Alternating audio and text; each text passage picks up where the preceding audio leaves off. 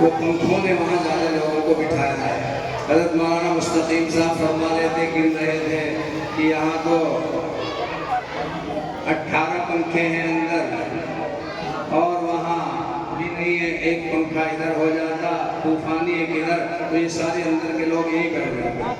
وہ پنکھوں ہی نے ان کو وہاں بٹھایا۔ کوئی بات نہیں، چلو بیٹھے رہو، جہاں بھی بیٹھے ہیں کان کھول کر بیٹھے۔ نحمدہ ونصلی علی رسولہ الکریم، اما بعد، اعوذ باللہ من الشیطان الرجیم، بسم اللہ الرحمن الرحیم۔ قوا انفسکم واہلیکم نارا وقودها الناس والحجارہ، صدق اللہ العظیم۔ محترم بزرگ اور بھائیوں، ابھی کچھ دیر پہلے ایک تقریر ہو رہی تھی، اور تقریر میں یہی آیت پڑھی گئی تھی۔ ہم جب آئے آواز جا رہی تھی اور کہا جا رہا تھا اپنے کو اپنے گھر والوں کو دوزخ سے آگ سے بچاؤ۔ یہ باتیں آپ ابھی سن رہے تھے۔ یہ قرآن کریم کی آیت ہے۔ اللہ تعالیٰ فرما رہے ہیں اپنوں کو، اپنے کو، قوا انفسکم واہلیکم نارا، قوا انفسکم یعنی اپنے کو بھی اور اپنے گھر والوں کو دوزخ کی آگ سے بچاؤ۔ سب سے پہلے اپنے بچانے کی تعلیم ہے، اپنے کو بچاؤ، اور گھر والوں کی ذمہ داری بھی اللہ تعالیٰ نے دی ہے۔ حدیث میں آتا ہے کلکم راعی کلکم مسئول عن رعیتہ، ہر آدمی تم میں سے اپنی اولاد کا نگراں ہے، اور اسی کے بارے میں پوچھ گچھ ہوگی، پوچھا جائے گا تم نے اپنی اولاد کو کون سا راستہ دکھایا ہے، یہ سوال کیا جائے۔ بھائیوں، یہ دنیا کی آگ، یہ تپش کتنی ہے آپ اس کا اندازہ نہیں لگا سکتے۔ یہ تپش کہاں سے آ رہی، کون سی آگ سے بچانے کی تعلیم ہے؟ اپنے کو، اپنے گھر والوں کو کون سی آگ سے بچاؤ۔ اگر تھوڑی دیر کے لیے ایک ماحول سا بنا لیں، تھوڑی دیر کے لیے، اگرچہ گرمی تو ہو ہی رہی ہے یقیناً، یہ برآمدے والے سامنے والے تو نظر آ رہے ہیں، یہ جو مسجد کے سامنے کا برآمدہ ہے، کچھ لوگ ایسے پردے میں بیٹھے وہ نظر نہیں آتے، اگر وہ یہیں آ جائے تو حرج کیا ہے بھائی؟ سامنے آ جاؤ تھوڑی دیر کے لیے، ہے کوئی ارادہ کرے، تھوڑی سی ہمت کر لے، ادھر والے اور تم آگے کو آ جاؤ، قریب آ جاؤ، اے بچے کالے رہا، آگے کو آ جاؤ، تم بھی آ جاؤ، تم بھی آگے یہاں جائیں گے، جگہ خالی پڑی ہے، اگر بیٹھ جائیں تو حرج کیا ہے، آ جاؤ۔ اللہ اللہ، دیکھو بچیاں تو آ گئی ہیں ساری، ادھر سے آگے نہیں بیٹھ جاتی، بچیوں کو تو ادھر ہی ماشاءاللہ دیکھو کافی بچیاں ہیں، اس گاؤں میں بچیاں زیادہ ہوتی ہیں، لڑکوں کی پیداوار کچھ کم ہے کیا؟ مولانا مستقیم صاحب سے دعا کراؤ کہ لڑکیاں یہاں زیادہ ہوتی ہیں، لڑکے کم ہوتے ہیں، یہ دعا کریں گے لڑکے ہو جائیں۔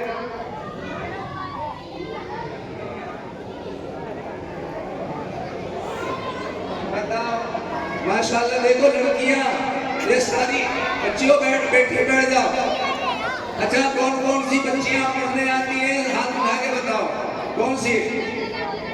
یہ ساری بچیاں پڑھنے والی ہیں، تو لڑکیاں پڑھنے زیادہ آتی ہیں، لڑکے کم آتے ہیں، لڑکے اسکولوں میں جاتے ہیں، لڑکیاں یہاں آتی ہیں، بس نیچے کرو آپ، نیچے کرو، ماشاءاللہ بہت اچھی بچیاں ہیں، یہ بہت بڑی کامیابی نظر آ رہی ہے، اتنی بچیوں کا، ان بچیوں کو تو کئی استاد چاہیے سنبھالنے والے، ماشاءاللہ یہ بچیاں ہیں۔ بھائیوں یہ تھوڑے دنوں کا کھیل ہے، اور دوزخ انتظار میں ہے شریروں بدماشوں کا، انتظار کر رہی ہے۔ دوزخ کیسی ہے وہ آگ جس کا اللہ تعالیٰ نے فرمایا دوزخ کا ایندھن آدمی اور پتھر ہے۔ یہ جو تپش ہے اس میں آپ لوگ پریشان، ہم بھی پریشان۔ یہ گرمی جو آ رہی ہے، جانتے ہو یہ گرمی کاہے کی گرمی ہے؟ یہ حدیث میں آتا ہے دوزخ نے اللہ میاں سے کہا، اللہ میاں مجھے ٹھنڈا ہونے کی اجازت دے دو، میرا ایک حصہ دوسرے حصے کو کھا رہا ہے۔ تو اللہ میاں نے دوزخ کو سانس لینے کی اجازت دی۔ یہ دوزخ سانس لیتی ہے، تو دوزخ کا جو سانس ہے وہ سورج پر آ کر پڑتا ہے۔ جب دوزخ سانس لیتی ہے وہ سانس سورج پر آتا ہے، اور سورج گرم ہوتا ہے، پھر وہ سورج کے ذریعے سے زمین پر وہ تپش آتی ہے۔ کروڑوں سے بھی زیادہ، پتہ نہیں کتنے ہزار کروڑواں حصہ زمین پر آتا ہے۔ سورج سے ہر منٹ میں، ایک منٹ میں نہیں، سیکنڈ میں ہزاروں کروڑ ٹن سورج جو ہے آگ پھینکتا ہے ہر سیکنڈ میں، ہزاروں ٹن آگ، اور وہ ساری آگ زمین آسمان کے درمیان میں ایک آگ کا سمندر ہے۔ کیا ہے؟ آگ کا سمندر۔ تم نہیں سمجھ سک رہے۔ حدیث میں آتا ہے اللہ تعالیٰ نے اپنے حبیب کے ذریعے سے باتیں ہمیں بتائی ہیں۔ آگ کا سمندر ہے، وہ ساری آگ وہاں سما جاتی ہے، پھر اس سمندر کے ذریعے سے زمین پر کروڑواں حصہ آتا ہے جو ہمیں پریشان کر رہا ہے۔ اب دوزخ کی آگ کیسی ہوگی؟ اللہ حفاظت فرمائے۔ دوزخ کی آگ 1000 سال تک سلگائی گئی، وہ پہلے سرخ تھی، پھر 1000 سال تک اس کو دہکایا گیا، وہ سفید ہو گئی، پھر 1000 سال تک اس کو دہکایا گیا، 1000 سال، پھر وہ سیاہ ہو گئی۔ اب دوزخ کی آگ بالکل کالی ہے، سیاہ ہے۔ اس دوزخ کی آگ سے بچنے کی تعلیم دی ہے، بچو۔ اور فرمایا دوزخ کا جو ایندھن ہے آدمی اور پتھر ہوگا۔ اللہ حفاظت فرمائے۔ پتھروں کو دوزخ میں کیوں ڈالا جائے گا؟ عذاب کی وجہ سے نہیں، لوگوں نے پتھروں کو معبود بنایا۔ اللہ تعالیٰ ان پتھروں کو جس کو معبود بنایا گیا ہے دوزخ میں ڈال کر یہ بتائیں گے یہ تمہارے معبود اپنے کو دوزخ سے نہ بچا سکے، تمہیں کیسے بچا لے؟ ایک پتھر کے متعلق حدیث پاک میں آتا ہے، حضرت موسیٰ علیہ السلام تشریف لے جا رہے ہیں، وہ پتھر رو رہا ہے۔ حضرت موسیٰ علیہ السلام نے کہا تو کیوں روتا ہے؟ کیوں روتا ہے؟ فرمایا جب سے میں نے سنا ہے وقودها الناس والحجارہ، دوزخ کا ایندھن آدمی اور پتھر ہیں، جب سے میں رو رہا ہوں۔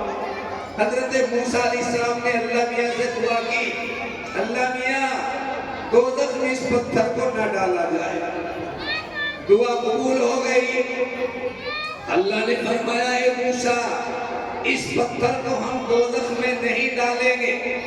حضرت موسیٰ علیہ السلام نے اس پتھر کو تسلی دی، اب تجھے دوزخ میں نہیں ڈالا جائے گا، اور تسلی دے کر حضرت موسیٰ علیہ السلام چلے گئے۔ کچھ دنوں کے بعد میں پھر گزر تو گزر ہوا، وہ پتھر اور زیادہ رو رہا ہے، وہ پتھر اور زیادہ رو رہا ہے۔ حضرت موسیٰ علیہ السلام نے کہا تجھے تو دوزخ سے نجات مل گئی، اب کیوں روتا ہے؟ اس پتھر نے میرے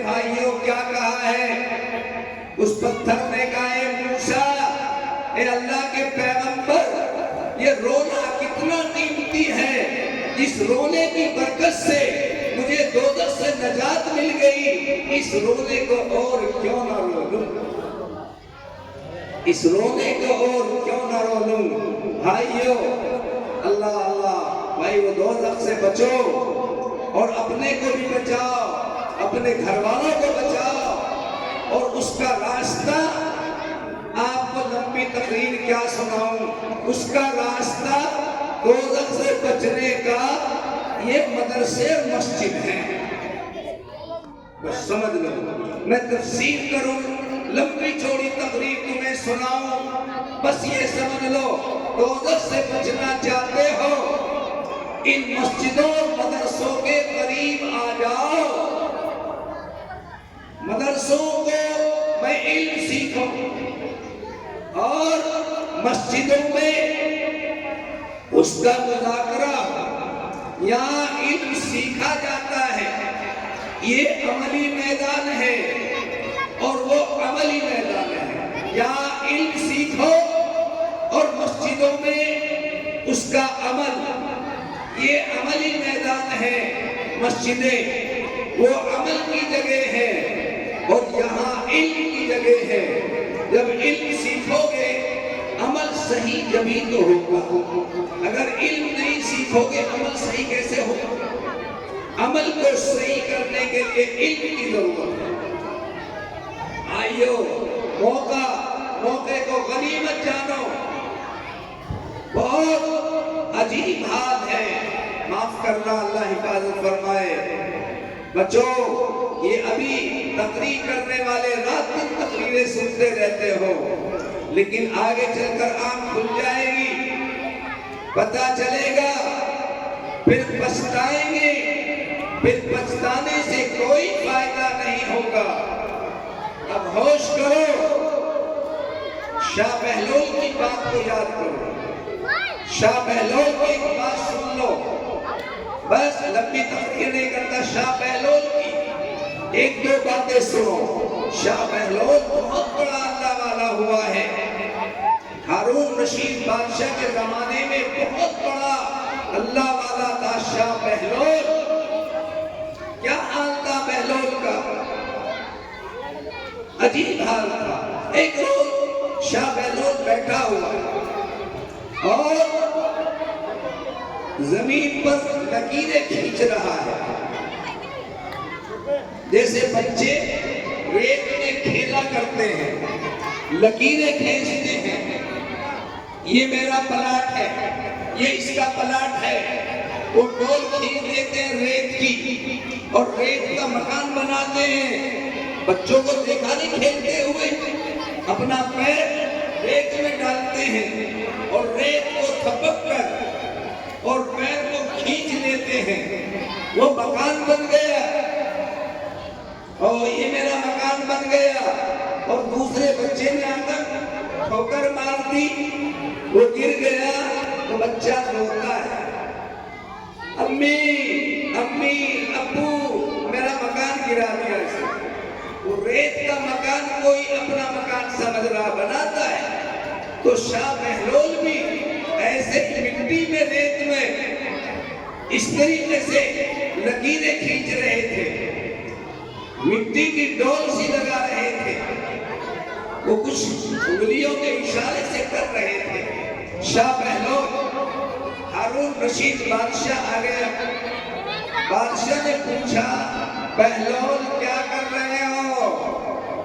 یہ بادشاہ جنت میں مکان بنا رہا ہوں، جنت میں مکان بنا رہا ہوں، بیچتے ہو؟ یہاں بیچتا ہوں، کتنے روپوں کا؟ 100 روپے کا۔ بات کہتے ہیں 40 اشرفیاں، اللہ والا خیر مسلم، کیا 100 روپے کا؟ بادشاہ نے سوچا زمانہ سونے کا سکہ تھا، اشرفیاں تھی، اب 100 روپے کا۔ بادشاہ ہنسا، مسکراتا ہوا چلا گیا، کچھ نہیں سمجھائے، مجذوب ہے، دیوانہ ہے، یہ دیوانوں کی مجذوبوں کی باتیں ہیں، سمجھ کر چلا گیا۔ پیچھے سے ہارون رشید بادشاہ کی بیوی زبیدہ آ گئی. زبیدہ بڑی اللہ والی تھی, بہت بڑی اللہ والی. ہارون رشید بادشاہ کی بیوی زبیدہ آئی. اب پوچھا بہلول کیا کر رہے ہو؟ کہ زبیدہ جنت میں مکان بنا رہا ہوں. بیچتے ہو کہ ہاں؟ کتنے کا؟ 100 روپے کا. زبیدہ نے کہا نکالو 100 روپے بہلول کو دے دو. انہوں نے 100 روپے شاہ بہلول کو دے دی, چلی گئی. اب شاہ بہلول ان روپوں کا کیا کرتے اللہ جانتا ہے. غریبوں میں, محتاجوں میں, بیواؤں میں وہ پیسے محتاجوں کو, غریبوں کو بانٹ دیے. جو بھی کیا ہے اللہ عالم. چلی گئی زبیدہ.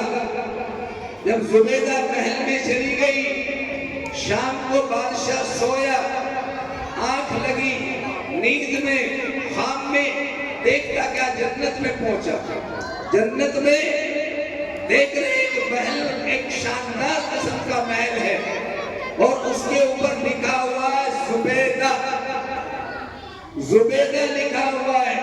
بچیوں بیٹیوں سنو زبیدہ کی کہانی. زبیدہ محل پر لکھا ہوا ہے.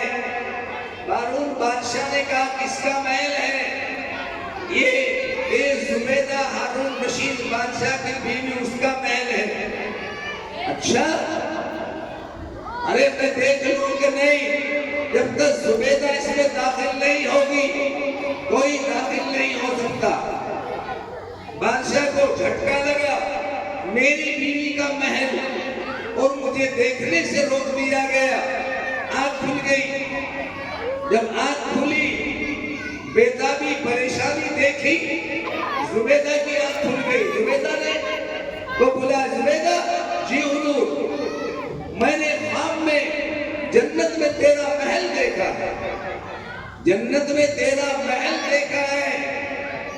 زبیدہ نے کہا ہاں, میں نے کل شاہ بہلول سے خریدا تھا. میں نے شاہ بہلول سے خریدا تھا.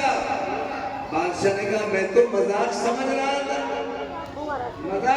رہا تھا, کچھ نہیں. بادشاہ پریشان.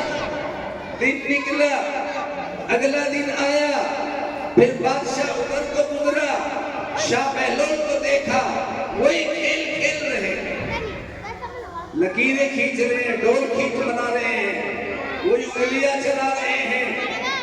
شاہ بہلول سے پھر بادشاہ نے پوچھا بہلول کیا کر رہے ہو؟ فرمایا بادشاہ جنت میں مکان بنا رہا ہوں. کہ بیچتے ہو؟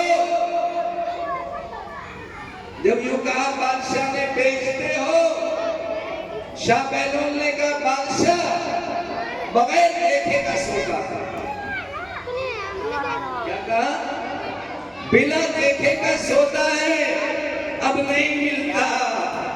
تو اب دیکھ کر آیا ہے بادشاہ, کل دیکھا نہیں تھا, اب دیکھ کر آیا ہے. بلا دیکھے کا سودا ہے, دیکھنے کے بعد میں نہیں ملتا. تو بھائیو ہوش کرو. آج یہ علماء قرآن و حدیث کی روشنی میں آپ کو بتا رہے ہیں, آپ کے اس عمل کا کوئی محل بنے گا, کوئی غلمان پیدا ہوں گے, حوریں بنے گی. آپ کے اعمال مشکل, اس لیے ان کو شکلیں الگ الگ دے دی جائیں گی. کسی کو حور کی شکل, کسی کو باپ کی شکل, کسی کو محل کی شکل. تمہارے اعمال جنت کیا ہوگی؟ سبحان اللہ. خدا کی قسم میرے بھائیو ہوش کرو, پچھتاؤ گے, پھر پچھتانے سے کوئی فائدہ نہیں ہوگا. جنت کیا ہوگی؟ بیش آجا کے آدارے نباشت, کسے نہ کسے کارے نباشت. حضرت مولانا یعقوب صاحب نانوتوی نے فرمایا جنت کیا ہوگی؟ چھوٹی سی خدائی. جنت میں کیسے کیسے محل ملیں گے. اس دنیا کے لیے اس جنت کو تم خراب کر رہے ہو. یہ چند دنوں کی زندگی ہے, خدا کی قسم ایسے ایسے محل ملے گا وما لا عین رأت ولا اذن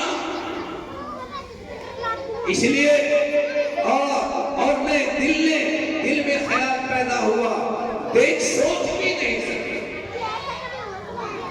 اور سنا نہیں کانوں نے سنا نہیں آنکھوں نے دیکھا نہیں دل میں خیال بھی نہیں آ سکتا ایسی چیزیں وہاں ملے گی بڑی بڑی شاندار ایسے محل جو چاہو گے ملے گا ہر جنتی کو ایک حور تو ایسی ملے گی ایک حور کیا حور ہوگی بہت شاندار حور ہوگی حور ایک مرتبہ غالباً شاید مولانا مستقیم صاحب نے انہوں نے میرا امتحان لیا اور کہنے لگے مولوی سے ریاض جی ایک جگہ جیسے بہت بڑی 20 سال پہلی بات ہے گلے جنت میں اور تو مردوں کو تو حور ملے گی ان عورتوں کو کیا ملے گا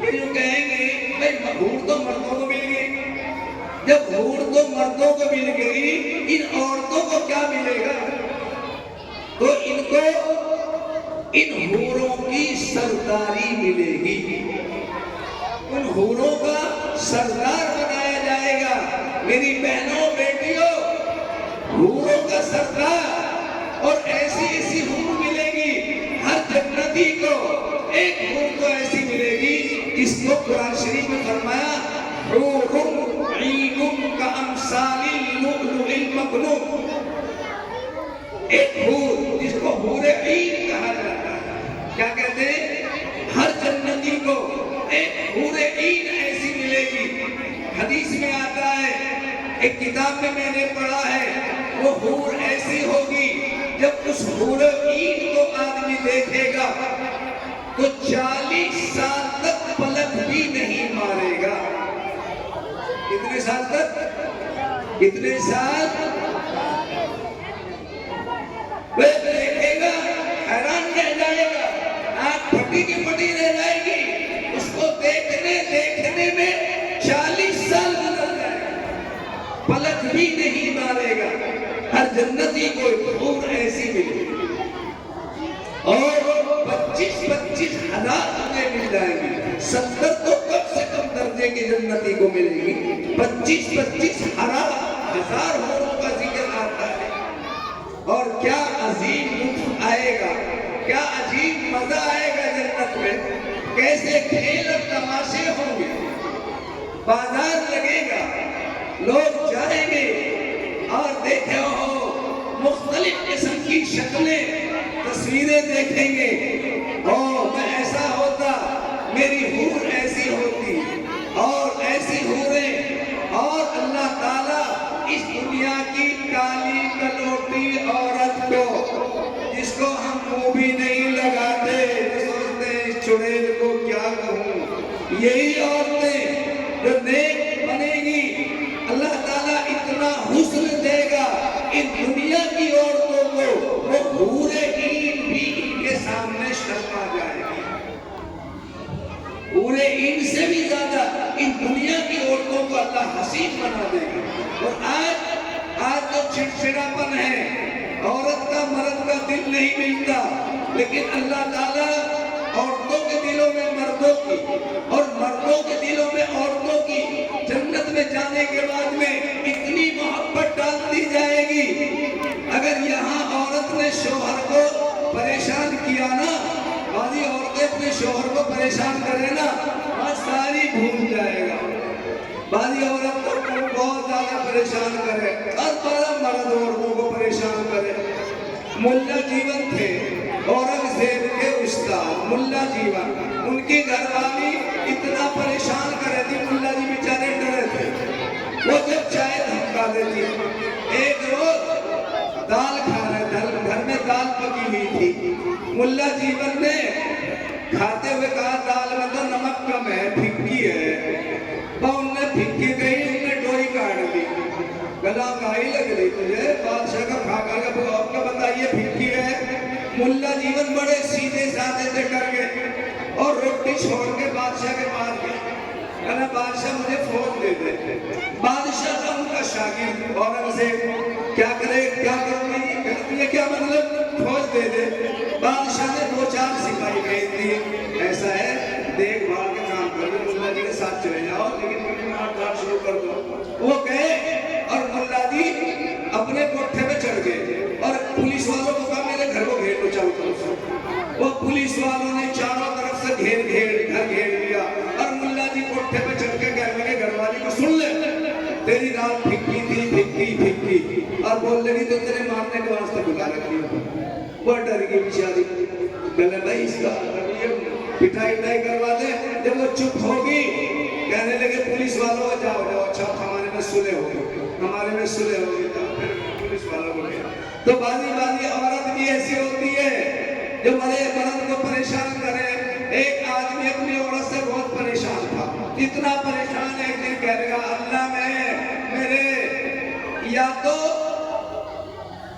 میں مر جاؤں، جب انہیں تب ہوگا یا تو میں مر جاؤں یا وہ یوں کہتا ہے یا مر جاؤں۔ جب اس نے کہا یا تو میں مر جاؤں یا کہتے میں چمٹا ٹھا لیا، کہلے یا بھی میں ہی مر جاؤں، یا تو میں مر جاؤں، اب یوں کہتا ہے یا مر جا، اب یوں کہتے ہیں یا تو میں مر جاؤں یا بھی میں ہی مر جاؤں۔ بازا بیچارہ عورتوں سے ڈرے اور بازی عورت مردوں سے ڈرے، لیکن جو جنت میں دونوں کا ڈر نکال دیا جائے گا، دونوں میں محبت پیار قائم ہو جائے گا۔ ایسی محبت ہوگی اگر دنیا میں عورت نے شوہر کو پریشان کیا ہے سب بھول جائے گا، اگر عورت کو مرد نے پریشان کیا ساری بھول جائے گی اور محبت قائم کر دی جائے گی۔ آپریشن کر کے دنیا کی ساری کمزوریوں کو نکال دیا جائے گا اور جنت کا عجیب لطف آئے گا۔ کیا کہنے، سبحان اللہ۔ میں اگر جنت کی نعمتوں کا اور حوروں کا ذکر کروں تو شام ہو جائے، رات گزر جائے، جنت کی نعمتوں کو کا ذکر پورا نہیں ہوگا۔ عجیب نعمتیں ملے گی، عجیب نعمتیں ملے گی۔ یوں ایک جگہ تو یوں آتا ہے حضرت عیسیٰ علیہ السلام کا وہاں نکاح ہوگا اور 10,000 سال تک تو عیسیٰ علیہ السلام کے ولیمے کی دعوت کھلائی جائے گی۔ وہ دنیا میں کیا ہوا، آخرت میں اس جنت کا عجیب میرا بھائیو، اس جنت کو اس دنیا کی فانی زندگی پر قربان نہ کرو، ہوش میں آ جاؤ۔ وہ شاہ بہلول کی پھر ایک بات اور یاد آ گئی، سنو۔ شاہ بہلول ایک روز بیٹھے ہوئے ہیں، سوچ رہے ہیں، بادشاہ آیا، بہلول کیا کر رہے ہو؟ اللہ کی بندوں کی صلح کرا رہا ہوں۔ شاہ بہلول نے کہا اللہ کی بندوں کی صلح کرا رہا ہوں۔ صلح آپس میں کیا صلح تھی؟ کیا جھگڑا ہو گیا؟ اللہ میاں انہیں بخش دے، اے اللہ تو ان کو سب کو بخش دے، اللہ تمہارے بخش دوں گا، میرے ساتھ میں شرک نہ کرنا۔ یہی صلح تھی، اللہ کی بندوں کی صلح کرا رہا ہوں۔ شاہ بہلول نے جب یہ بات کہی، ہارون رشید بادشاہ نے پوچھا کتنا کام ہو گیا ہے؟ شاہ بہلول نے کہا وہ تو مانتا ہے، یہ نہیں مانتے، وہ تو مانتا ہے، یہ نہیں مانتے۔ اچھا، بادشاہ چلا گیا۔ ایک روز شاہ بہلول قبرستان میں بیٹھے، قبرستان میں تو سارے مرے ہوئے ہوتے قبرستان میں بیٹھے ہیں۔ شاہ بہلول سے پھر بادشاہ نے پوچھا بہلول کیا کر رہے ہو؟ فرمایا اللہ کی بندوں کی صلح کرا رہا ہوں۔ کتنا کام ہو گیا ہے؟ تو پہلے کیا کہا تھا؟ وہ تو مانتا ہے، یہ نہیں مانتے۔ اب شاہ بہلول نے کہا اب یہ تو مانتے ہیں، اب وہ نہیں مانتے۔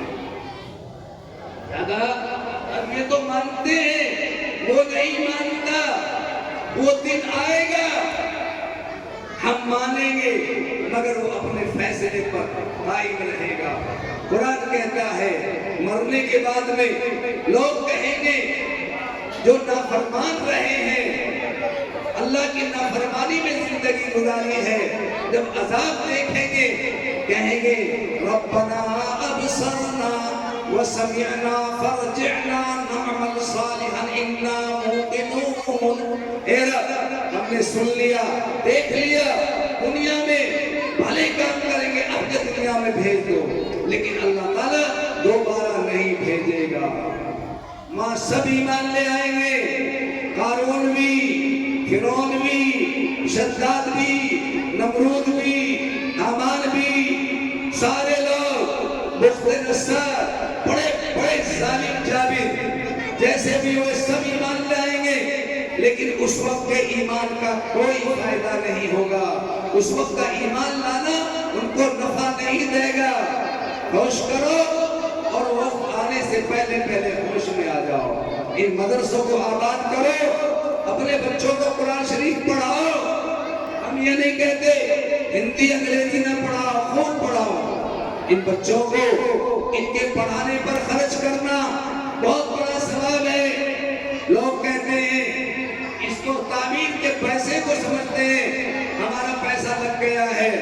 اس سے زیادہ کامیاب پیسہ وہ ہے جو تعلیم پر خرچ ہوتا ہے۔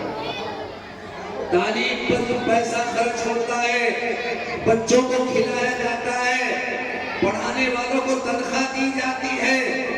ایک آدمی اگر آپ کا پیسہ ہے، پڑھانے والوں کو تنخواہ دی اور اس تنخواہ سے انہوں نے بچوں کو پڑھایا، جتنے ایک سال کا آپ نے تنخواہ کا انتظام کیا اور سال بھر میں 50 بچوں نے قرآن شریف پڑھ لیا، کسی نے آدھا کیا، کسی نے پورا کیا، کسی نے 2 پارے، کسی نے 5 پارے، کسی نے 7 پارے نادرا پڑھ لیے، کسی نے حفظ کر لیا، وہ سارا ثواب تمہیں ملے گا، تمہارے پیسے سے ان کو تنخواہ دی گئی۔ بھائیو تمہارے پیسے سے تنخواہ دی گئی ہے۔ ماشاءاللہ بچیاں ہیں، کتنی بیٹھی ہیں، اور یہ بچے بھی ہیں، بچے بھی پڑھتے ہیں، بچیاں بھی پڑھتی ہیں۔ قرآن شریف پڑھنا سب کے لیے ضروری ہے۔ ان بچوں کو پڑھاؤ۔ میرے استاد علامہ رفیق احمد صاحب فرمایا کرتے تھے، لوگوں اگر اپنے بچوں کو مسلمان رکھنا ہے، اپنے بچوں کو اگر مسلمان رکھنا ہے، مدرسوں سے بچوں کا تعلق مدرسوں سے قائم کر دو، کوئی بات نہیں، آدھا آواز وہاں تک چلی جائے گی، آپ کان کھول کر بیٹھے رہیں، یہ نظام ہو جائے گا، جنریٹر وغیرہ چل جائے، تم بیٹھے رہو ماشاءاللہ۔ اور اپنے مدرسے کا تعاون کرو، مدرسے کا چھوڑنے کی ضرورت نہیں ہے۔ دعا کا بھی وقت قریب آ رہا ہے، بیٹھے رہو، سنو، مدرسے میں مدرسے کا تعاون کرو، مدرسے کی مدد کرو، مدرسوں کو پروان چڑھاؤ، اس کی تعلیم اور تعمیر پر پیسہ خرچ کرو، انشاءاللہ یہ تمہارے کام ہے۔